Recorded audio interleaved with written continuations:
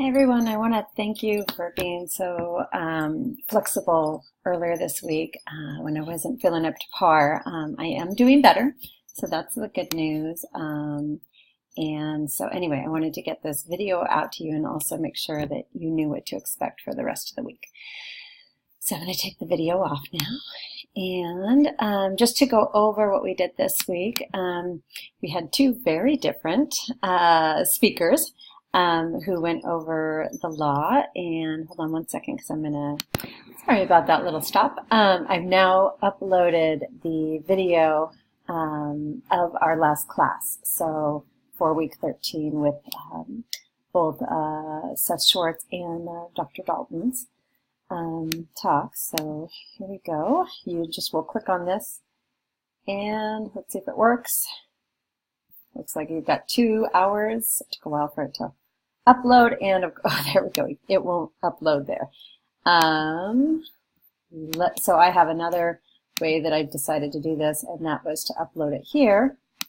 And so I will put the link, get shareable link, so that you can use it or view it via Google.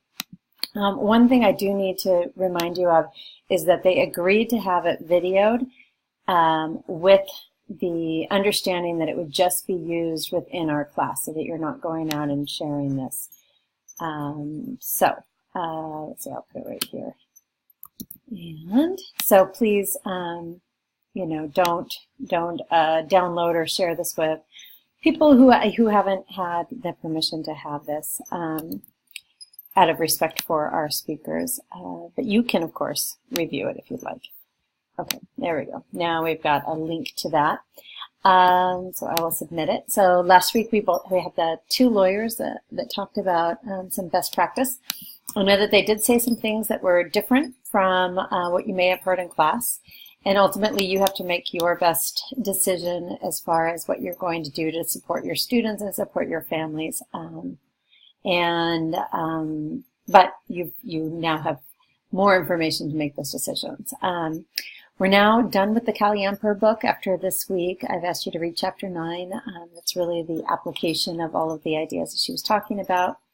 I asked you to review the Special Needs Resource Foundation of San Diego website, and then also finish up the family resource folder.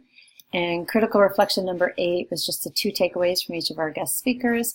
And then do you feel like these were the main pieces that people said that we hadn't covered in the class? So please let me know if you feel like there's still something more that I could do to support you in having all the outcomes met for this course.